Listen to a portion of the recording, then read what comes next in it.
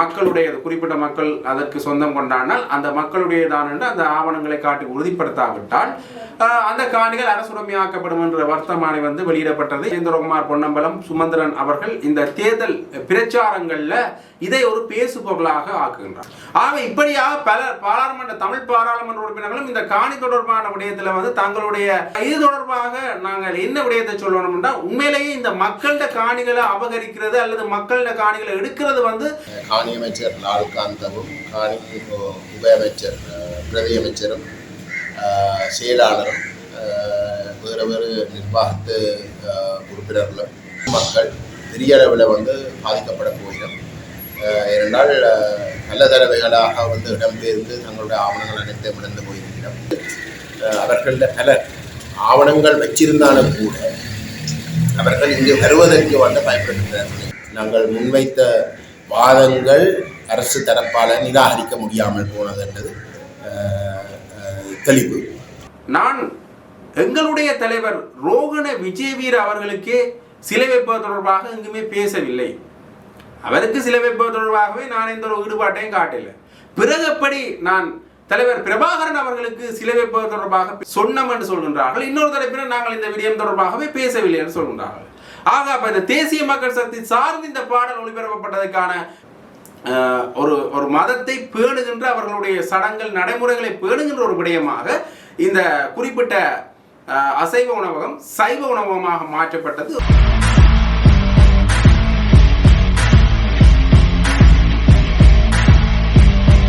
டெஃபினபிளியன் சொந்தங்களுக்கு வணக்கம். இந்த காணி பிரச்சனை தொடர்பாக, அதாவது வந்து வவுனியா தவிர்ந்த வடமாகாணத்தில் இருக்கிற சில இடங்கள்லையும் வடமாகாணத்தில் இருக்கிற சில இடங்கள்லையும் வந்து அது மட்டும் இல்லாமல் கரையோர பகுதியிலையும் இருக்கிற காணிகள் வந்து உறுதிப்படுத்தாவிட்டால் அந்த காணிகள் மக்களுடைய குறிப்பிட்ட மக்கள் அதற்கு சொந்தம் கொண்டாடினால் அந்த மக்களுடையதான் என்று அந்த ஆவணங்களை காட்டி உறுதிப்படுத்தாவிட்டால் அந்த காணிகள் அரசுடைமையாக்கப்படும் என்ற வர்த்தமானி வந்து வெளியிடப்பட்டது. இது வந்து இந்த உள்ளூராட்சி சபை தேர்தல் காலங்களில் ஒரு பெரிய பேசுபொருளாக மாறுகின்றது.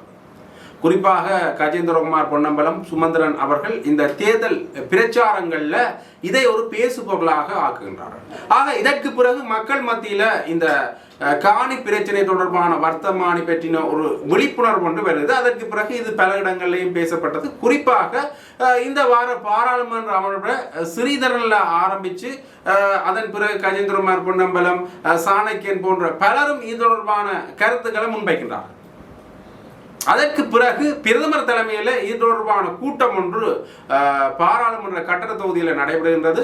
ஏற்கனவே இந்த இது தொடர்பான முடிவுகளை அறிவிக்கும் பொழுது என்ன விடயம் செய்ய வேண்டும் என்பது தொடர்பாக சில ஆலோசனைகளும் தமிழ் பாராளுமன்ற உறுப்பினர்கள் குறிப்பிட்டிருந்தார்கள். குறிப்பாக கஜேந்திரகுமார் பொன்னம்பலம் அவர்கள் பேசுகின்ற பொழுது என்ன விஷயத்தை சொன்னார் என்றால், இது தொடர்பான ஒரு குழுவை நியமித்து அது தொடர்பான ஆலோசனைகளை பெறப்பட்டு யார் யாருடைய காணியோ அந்த காணிகள் மக்களிடமே மீள ஒப்படைக்கப்பட வேண்டும் என்ற விடயங்களில் கொஞ்சம் தெளிவாக இருக்கணும் என்று கஜேந்திரகுமார் பொன்னம்பலம் அவர்கள் தன்னுடைய ஆலோசனையை கூறியிருந்தார். ஆக இப்படியாக பல தமிழ் பாராளுமன்ற உறுப்பினர்களும் இந்த காணி தொடர்பான விடயத்தில் வந்து தங்கள் சார்ந்த ஆலோசனைகளை கூறுகின்ற பொழுது பிரதமர் அவர்கள் ஒரு முக்கியமான விஷயத்தை ஒரு முடிவாக இதில் சொல்றாங்கன்னு பார்த்தீங்கன்னா, இது தொடர்பாக நாங்கள் என்ன விடயத்தை சொல்லணும்னா, உண்மையிலேயே இந்த மக்களோட காணிகளை அபகரிக்கிறது அல்லது மக்களோட காணிகளை எடுக்கிறது வந்து இந்த ஆளும் கட்சியினுடைய நோக்கம் கிடையாது. வர்த்தமானி அறிவித்தல் கொண்டு வரப்பட்டதுன்ற நோக்கம் என்று பார்த்தீங்கன்னா, இந்த காணிகளை வந்து உறுதிப்படுத்துறது தான். யாருடைய காணி மக்களுடைய காணிகளை உறுதிப்படுத்த வேண்டியதுதான் இதனுடைய அவசியம் என்று அவர் சொல்லியிருந்தார். ஆகவே உரிய துறையினருடனும் மக்களுடனும் கலந்து ஆலோசித்த பின்னர் இதற்கான தீர்வு வழங்கப்படும் என்று கரணி அமரசூரிய அவர்கள் குறிப்பிட்டிருக்கின்றார். ஆக இது இவ்வாறு இருக்கேக்க இது தொடர்பாக இளங்குமரன் அவர்கள் நேற்றைய தினம் பாராளுமன்றத்தில் பேசுகின்ற பொழுது கூட இது வந்து மக்களுடைய தேவைக்காகத்தான் இந்த வர்த்தமானி அறிவித்தல் கொண்டு வரப்பட்டது. இந்த வர்த்தமானி அறிவித்தல் இல்லாவிட்டால் தான் மக்களுக்கு காணிகள் கிடைக்காது என்று இளங்குமரன் அவர்கள் மட்டுமல்ல, நலிந்த ஜேதிசிலிருந்து லால்காந்தாவிலிருந்து பலர் இந்த விடயங்களை குறிப்பிட்டிருந்தார்கள் இந்த காணி தொடர்பாக ஆளும் கட்சியிலிருந்து. ஆக இந்த வர்த்தமானி கொண்டு வரப்பட்டதுன்ற நோக்கம் வந்து மக்களுடைய காணிகளை உறுதிப்படுத்தி அதை மக்களுக்கு கொடுக்கிறதான் என்று அவர்கள் தரப்பிலிருந்து அந்த விடயத்தை குறிப்பிட்டிருந்தார்கள்.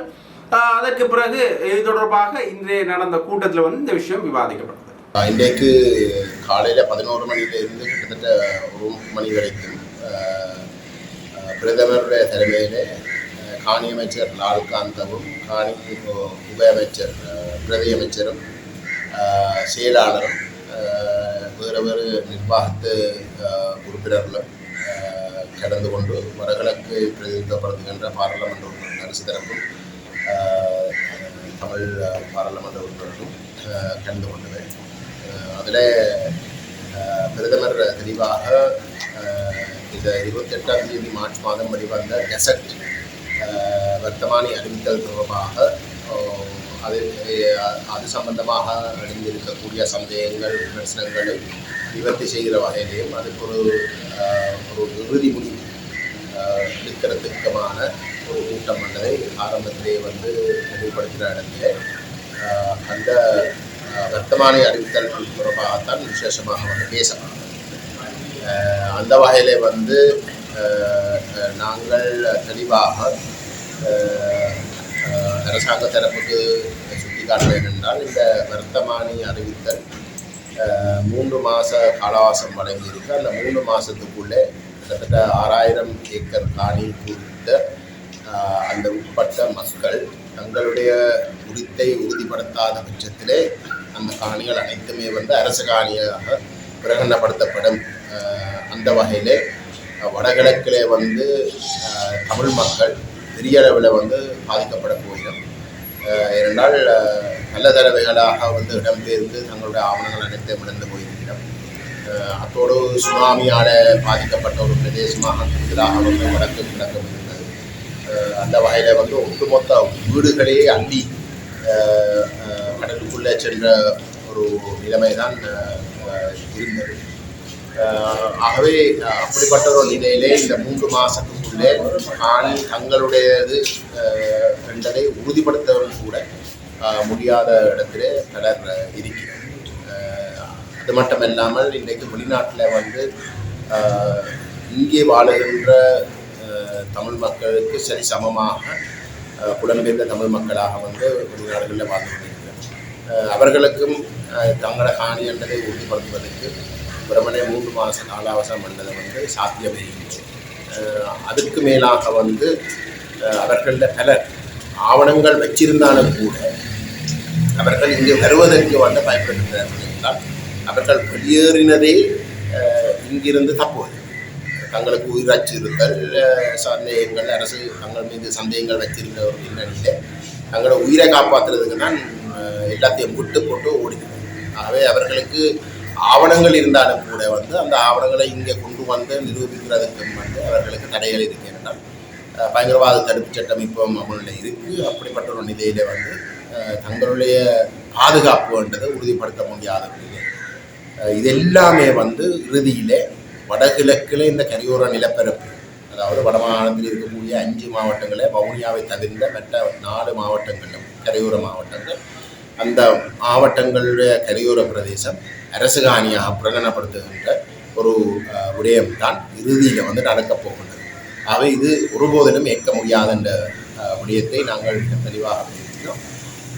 அந்த இடத்துல பிரதமர் தெளிவாக சொன்னார், அரசாங்கத்துடைய நோக்கம் காணிகளை பறிக்கிறதல்ல, மாறாக காணிகளை மக்களிடம் உறுதிப்படுத்துவதும் மக்களிடம் கொடுப்பதும் அவர்களுக்கு இருக்கக்கூடிய உரிமைகளை முழுமையாக அங்கீகரிப்பது. அதாவது உறுத்துகளில் இருக்கக்கூடிய குறைபாடுகளை நிவர்த்தி செய்து அவர்களுக்கு ஒரு முழுமையாக சட்ட ரீதியாக சட்டப்பூர்வமாக்கக்கூடிய ஒரு அணுகுமுறையைத்தான் நாங்கள் யோசித்ததை தவிர மாறாக காணியை பறிக்கிறது அல்ல. அந்த சந்தர்ப்பத்தில் நாங்கள் தெளிவாக சுட்டி காட்டினோம். ஆனால் இந்த சட்டம், அவர்கள் இந்த வர்த்தமானி அறிவித்திருக்கிற இந்த சட்டம் காணியை பறிக்கின்ற ஒரு சட்டமாகத்தான் இருக்கிறது. ஆகவே அதை அரசாங்கம் இறுதியில் ஏற்றுக்கொண்டது. அதாவது இந்த சட்டமூடாக இந்த பிரச்சனையை அணுகிறதுல இருக்கக்கூடிய குறைபாடுகள், சந்தேகங்கள், அதில் இருக்கக்கூடிய பிரச்சனைகள் இருக்கின்றதை அவர்கள் கொள்கையில் இல்லை தீர்மானம். அந்த வகையிலே இறுதி முடிவாக காணி அமைச்சு தங்களுடைய அமைச்சினுடைய நிர்வாகத்தில் உறுப்பினர்களோடையும் பேசி அடுத்த பாராளுமன்ற அமர்வுகளை காணி அமைச்சர் உத்தியோகபூர்வமாக தங்களுடைய நிலைப்பாட்டை பாராளுமன்றத்தில் அறிவிக்கிறதாக எங்களுக்கு வாக்குறுதி வழங்கியிருக்கிறார்கள். ஆனால் இன்றைக்கு நாங்கள் முன்வைத்த வாதங்கள் அரசு தரப்பால் நிராகரிக்க முடியாமல் போனது என்பது தெளிவு. அந்த வகையிலே இந்த அரசாங்கம் வரப்போன்ற பாராளுமன்ற அமர்வில் இந்த வர்த்தமானியை வாபஸ் பெறுவது தவிர அவர்களுக்கு வேறு எந்த ஒரு தீர்வும் கிடையாது. இந்த வர்த்தமானியை வாபஸ் பெற்றதுக்கு பிற்பாடு இந்த அரசாங்கம் வடக்கிலே இருக்கக்கூடிய அவர்களுடைய உண்மையான எண்ணம் அங்கே இருக்கக்கூடிய மக்களுடைய காணி பிரச்சனையை தீர்ப்பதாக இருந்தால் அங்கு ஒரு செயற்குழுக்களை நியமித்து, மாவட்ட ரீதியான செயற்குழுக்களை நியமித்து அதில் அரசு தரப்பும் நாங்களும் கூட பங்கேற்று இந்த மக்களுடைய இருக்கக்கூடிய காணி பிரச்சனைகளை முழுமையாக விளங்கி கொண்டு அதற்குரிய தீர்வுகளை அடையாளப்படுத்தினதுக்கு பிறகு, அதாவது ஒரு நபர் தனக்கு இருக்கக்கூடிய குறைபாடுகளை அந்த கமிட்டிக்குள்ளே கொண்டு சென்று அதில் தனக்கு இதுதான் தன் காணியை நிரூபிக்கிறதுக்கு உறுதி இல்லாவிட்டாலும் வேறு விதமாக அதை உறுதிப்படுத்தக்கூடிய ஒரு நிலைமையை சரியாக உறுதிப்படுத்தி அந்த செயற்குழுவில் இருந்து இது உங்களுடையது என்ற ஒரு உறுதி இல்லாட்டி ஒரு வாக்குறுதி, எழுத்து மூலமான வாக்குறுதியை பெற்று அதை நடைமுறைப்படுத்துவதற்குரிய சட்ட ரீதியான நடவடிக்கைகளை ஈடுபடணும் தவிர அந்த காணியாருடைய உரித்து சம்பந்தமான விஷயங்கள் கேள்விக்குறியாக இருக்க நடைமுறைப்படுத்துவதற்கு ஒரு சட்டத்தை அமல்படுத்துவது என்பது சாத்தியமில்லை என்ற அடிப்படையில் இந்த வர்த்தமானி வாபஸ் பெற்றதுக்கு பிற்பாடு ஒரு அணுகுமுறைக்கு இணங்கின ஒரு அணுகுமுறைக்கு ஊடாக மக்களுடைய பிரச்சனைகள் அனைத்தும் தீர்த்ததுக்கு பிறகு இறுதி கட்டமாக அந்த மக்களுடைய அந்த உரித்தை இது இவ்வாறு இருக்க பாராளுமன்றத்தில் இன்னும் பல விடயங்கள் தொடர்பாக பேசப்பட்டது. குறிப்பாக இந்த விஜித கேரத் அவர்கள் அண்மையில நடந்த ஒரு தனியார் ஊடகத்தில் நடந்த நேர்காணலில் இனப்படுகொலை என்கின்ற வார்த்தையோ அல்லது இன அழிப்பு என்கின்ற வார்த்தையோ பயன்படுத்தினால் சட்ட நடவடிக்கை எடுக்கப்படும் என்று குறிப்பிட்டிருந்தார். அது மட்டும் இல்லாமல் இதற்கு முன்னர் ஜெனீவாவில் நடந்த அமர்வுகளில் சர்வதேச விசாரணையை முற்றாக நிராகரிக்கின்ற பொருள்பட அவர் பேசியிருந்தார்.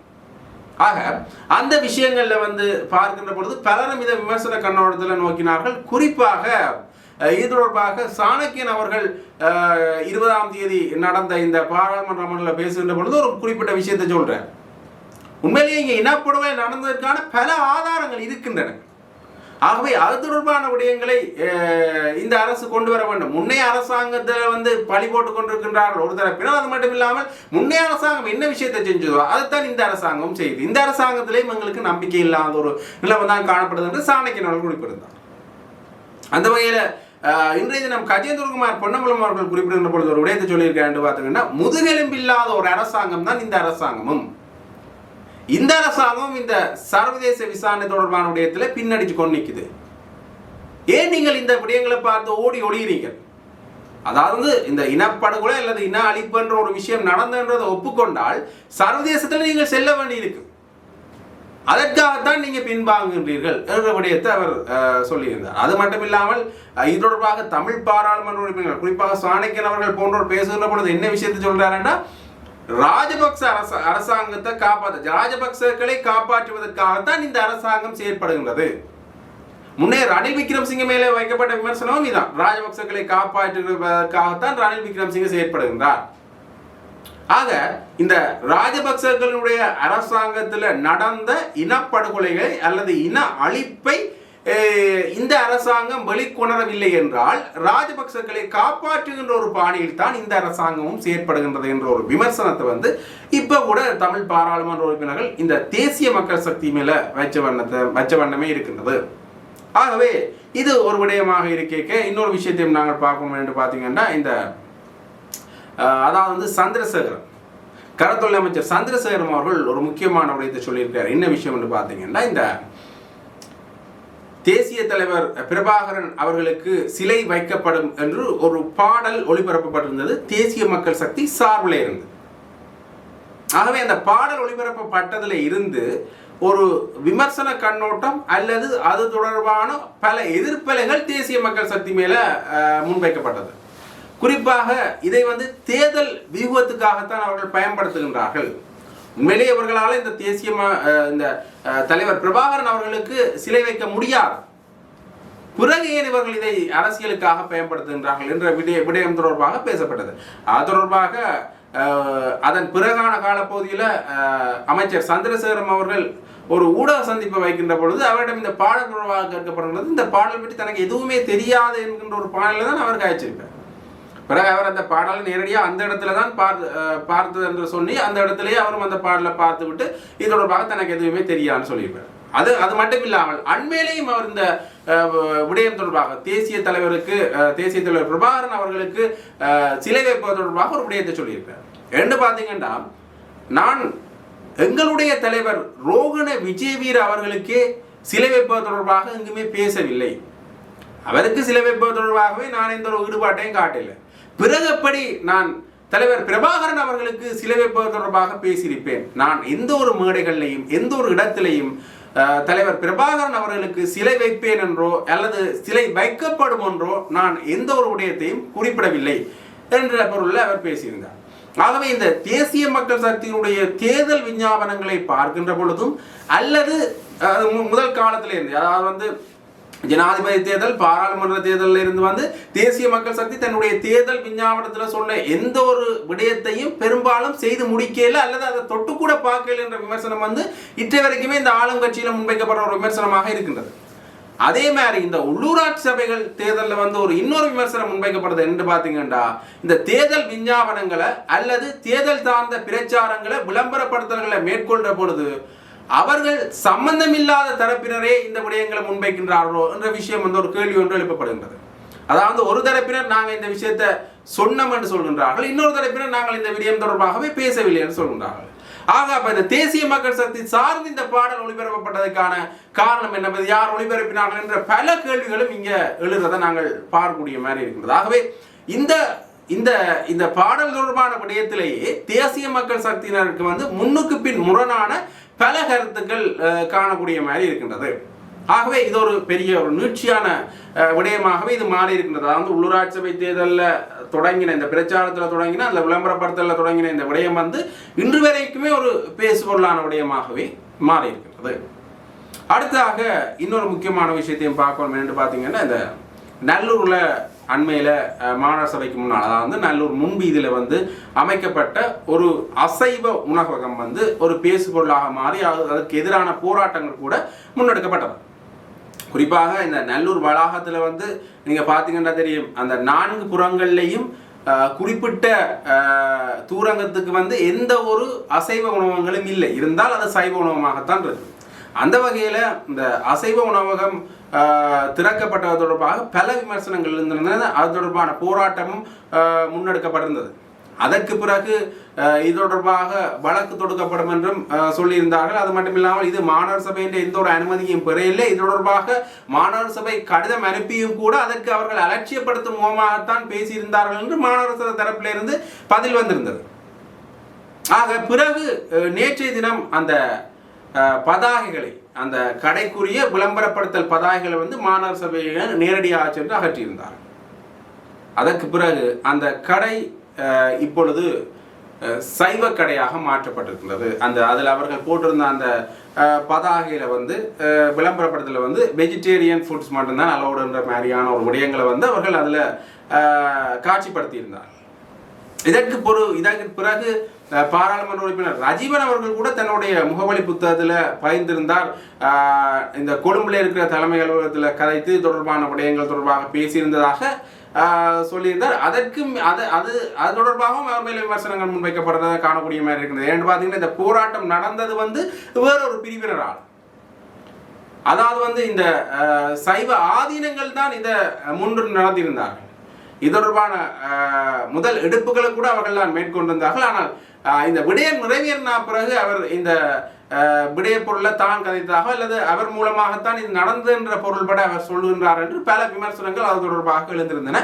இருந்தாலும் கூட யார் குத்தினாலும் அரிசி வந்தால் சரி என்கின்ற பொருள்பட இப்ப அந்த ஒரு பழமை போற்றுகின்ற அல்லது ஒரு ஒரு மதத்தை பேணுகின்ற அவர்களுடைய சடங்குகள் நடைமுறைகளை பேணுகின்ற ஒரு விடயமாக இந்த குறிப்பிட்ட அசைவ உணவகம் சைவ உணவகமாக மாற்றப்பட்டது ஒரு போராட்டத்துக்கு கிடைத்த வெற்றி என்றுதான் சொல்ல வேண்டும். அடுத்ததாக இன்னொரு முக்கியமான விஷயத்தையும் நாங்கள் இதில் பார்க்குறோம் என்று பார்த்தீங்கன்னா, இன்றைய தினம் பாராளுமன்ற உறுப்பினர் அர்ச்சுனா ராமநாதன் அவர்கள் இந்த உப்பளம் தொடர்பான ஒரு கோரிக்கைகளை முன்வைத்தார். கிட்டத்தட்ட 8 விடயங்கள் அடங்கிய ஒரு நிபந்தனை அல்லது கோரிக்கை என்ற விஷயத்தில் அந்த அவர் பாராளுமன்றத்தில் இது தொடர்பாக பேசியிருப்பார். அதை இந்த போராட்டம் நடக்கின்ற பொழுது அவர்கள் என்ன விடயங்களை சொன்னார்களோ அந்த விடயங்களை முதல்ல சொல்லிட்டு இந்த உப்பிட்ட பெயர் மாற்றப்பட்டதற்கான காரணம் என்னன்றதை கொஞ்சம் அழுத்தமாகவே வினவியிருந்தார். அது மட்டும் இல்லாமல் அந்த குறிப்பிட்ட உப்பளத்தில் வேலையாட்களுக்கு இழைக்கப்படுகின்ற அநீதி சம்பந்தமாகவும் அந்த போராட்டம் எதற்காக திடீரென கைவிட்டப்பட்டது என்ற பொருள்படவும் அவர் அந்த தன்னுடைய உரையில சில விஷயங்களை சொல்லியிருப்பார். அது தொடர்பான காணொலியை நான் அதோட நினைக்கிறேன், பார்த்துக்கொள்ளுங்க. Thank you, Honorable Speaker. I'm really appreciate this moment. Let me read these 27 questions. அண்மைய நாட்களாக இலங்கை முழுவதும் ஒரு நாட்புறமும் கடலால் சூழப்பட்ட தன்னிறைவான ஒரு நாடாக இருந்தும் இலங்கையிலே மிகவும் அடிப்படையான உணவு பதார்த்தமான கடல் உப்பு பற்றாக்குறை என்பது மிகவும் பேசுபொருளாக ஆக்கப்பட்டிருக்கிறது. இந்த அடிப்படையிலே இலங்கையிலே பாரம்பரியமாக உற்பத்தி செய்யப்பட்ட கடல் உப்பானது வடக்கு மாகாணத்தில் ஆனையிறவு, பரந்தன், உப்பளத்திலிருந்து மிகப்பெரிய அளவில் இதுவரை காலமுமே உற்பத்தி செய்யப்பட்டு வந்தது என்பதை தாங்கள் அறிந்திருக்கக்கூடும்.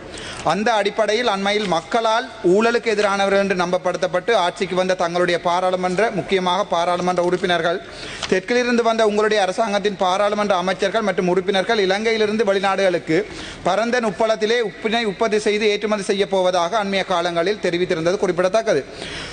மேலும் அதனால் ஏற்பட்ட தங்களுடைய அரசாங்கம் ஆட்சிக்கு வந்த பின்னர் அரசியல் ரீதியாக ஒவ்வொரு அரசாங்க நிறுவனங்களில் இருந்து முகாமைத்துவம் செய்கின்ற முகாமைத்துவ கட்டமைப்புகளை சீர்குலைத்து பெருமளவானவர்களை இடமாற்றம் செய்து தங்களுக்கு சார்பான எந்த ஒரு அனுபவமற்ற முகாமைத்துவ தகுதி இல்லாத தங்களுடைய கட்சி சார்ந்த சாதாரண பணியாளர்களை முகாமைத்துவ அதிகாரிகளாக வேலைக்கு அமர்த்தி இருப்பது மிகவும் தெளிவாக தெரிகிறது. அதனால் ஏற்பட்ட தொழிலாளர் போராட்டம் இப்போது 6வது நாட்கள், நான் நினைக்கிறேன் இப்போது 12வது நாட்களாக பரந்தன் உப்பளத்திலே நடைபெற்றுக் கொண்டிருக்கிறது என்பதை பொதுமக்களுக்கு தெரிவிக்க வேண்டிய கடமைக்கு உள்ளாகி இருக்கிறேன். அந்த உப்பளத்து தொழிலாளர்களை மிக கேவலமாக நடத்தப்படுவதாகவும் அதேவேளை தொழிலாளர் தொழில் விதிமுறைகளுக்கு இன்றியமைவாறு இல்லாதவாறு பலவந்தமாக உப்பளத்திலிருந்து போலீசாரின் உதவியுடன் அராஜகமாக வெளியேற்றப்பட்டிருப்பதும் அதே நேரம் மேலும் 12 நாட்களுக்கு மேல் அந்த தொழிலாளர்களுக்கு வேலை வாய்ப்பு மறுக்கப்பட்டிருக்கிறதாகவும் பொதுமக்களால் தெரிவிக்கப்பட்டிருக்கிறது. கைத்தொழில் மற்றும் தொழில் முயற்சி ஆண்மை அமைச்சர் என்ற ரீதியில் தங்களால் பின்வரும் விடயங்களை தெளிவுபடுத்த முடியுமா என்பதை தயவு செய்து இந்த மேலான சபைக்கு தெளிவுபடுத்தவும். முதலாவது கேள்வி, ஆனையிறவு உப்பளம் பாரம்பரிய உற்பத்தி செய்து வந்த உப்பினை ரஜ உப்பு என்ற பெயர் மாற்றியதற்கான காரணம் என்ன? இது தமிழர்கள் மீதான திட்டமிட்ட அடக்குமுறை ஒன்றின் வடிவமா? 2வது, ஆனையிறவு உப்பளத்தில் 2024ஆம் ஆண்டு உற்பத்தி செய்ததை விட இன்றைய தினம் உற்பத்தி செய்யப்படுகின்ற உப்பின் அளவு மிக குறைவானது என்பது உண்மை, இதை தாங்கள் ஏற்றுக்கொள்கிறீர்களா? 3வது, ஆனையிறவு உப்பளத்தில் தங்களுடைய அரசாங்கத்தால் 3 மாதங்களுக்கு முன்னராக முகாமைத்துவ மாற்றம் ஒன்று செய்யப்பட்டுள்ளது என்பதை தாங்கள் ஏற்றுக்கொள்கிறீர்களா? 4வது, அவ்வாறான இடமாற்றலுக்கு தொழிலாளர்கள் எதிர்ப்பு தெரிவித்த போது கடந்த 6 நாட்களாக, இப்போது 12 நாட்கள் ஆகிறது, வேலை செய்து வந்த தொழிலாளர்கள் பணியிலிருந்து நிறுத்தப்பட்டு ஆனையிறவு உப்பளத்தில் தற்போது உற்பத்தி செய்யப்படுகின்ற உப்பு மிகவும் குறைந்துள்ளது அல்லது முற்றிலும் இல்லாமல் போயுள்ளது என்பதை ஏற்றுக்கொள்கிறீர்களா? 5வது, தற்போது நாட்டில் உப்பினை பிறிதொரு நாட்டிலிருந்து இறக்குமதி செய்வதற்கு அமைச்சரவை அனுமதி அளித்திருக்கிறது என்பதை உறுதிப்படுத்த முடியுமா? 6வது, தொழிற்சங்கங்களால் உருவாக்கப்பட்ட தங்களுடைய அரசாங்கம் இப்போது தொழிலாளர்கள் மீது மிகவும் கேவலமான ஒரு அடக்குமுறை ஒன்றினை கட்டவிழ்த்து விட்டிருக்கிறது என்பதையும் அதற்குரிய மிகச்சிறந்த உதாரணம் ஆனையிறவு உப்பளத்தில் தொழிலாளர்கள் வெளியேற்றப்பட்டு இருக்கிறார்கள், அவர்களுடைய தொழில் மறுக்கப்பட்டிருக்கிறது என்பதை தாங்கள் ஏற்றுக்கொள்கிறீர்களா? 7வது, உடனடியாக தொழிலாளர்களை மீண்டும் சந்தித்து அவர்களுடைய கோரிக்கைகள் நியாயமானது என்பதை ஏற்றுக்கொண்டு ஆனையிறவு உப்பளத்தில் உப்பு உற்பத்தி செய்யப்படுவதை சாதாரண நிலைக்கு கொண்டு வர முடியுமா? 8வது, இலங்கையில் உப்பு உற்பத்தி படுமோசமாக தங்களுடைய ஆட்சி காலத்தில் குறைவடைந்து இருக்கிறது என்பதை ஏற்றுக்கொண்டு ஆனையிறவு உப்பளத்தினை மறுபடியும் சாதாரண நிலையில் இயங்க வைக்க முடியுமா? அங்கே வேலை செய்கின்ற தொழிலாளர்களை மரியாதையுடன் நடத்துகின்ற அதேவேளை அடிப்படையான வசதிகளை தங்களால் ஏற்படுத்தி கொடுக்க முடியுமா என்று மட்டுமே கேட்கிறேன். நன்றி. ගරුකතානගතුමනි, මේ ප්‍රශ්නය අපට ලැබුණ ඊයේ හවස 2ට විතර අපේ අමාත්‍යාංශයට ඊයේ මගේ කතාවෙත් යම් කිසි පැහැදිලි කිරීමක් කළා. මේක සම්පූර්ණ විස්තරයක් සහිත පිළිතුරක් සතියකින් ලබා දෙනවා පාර්ලිමේන්තුවට.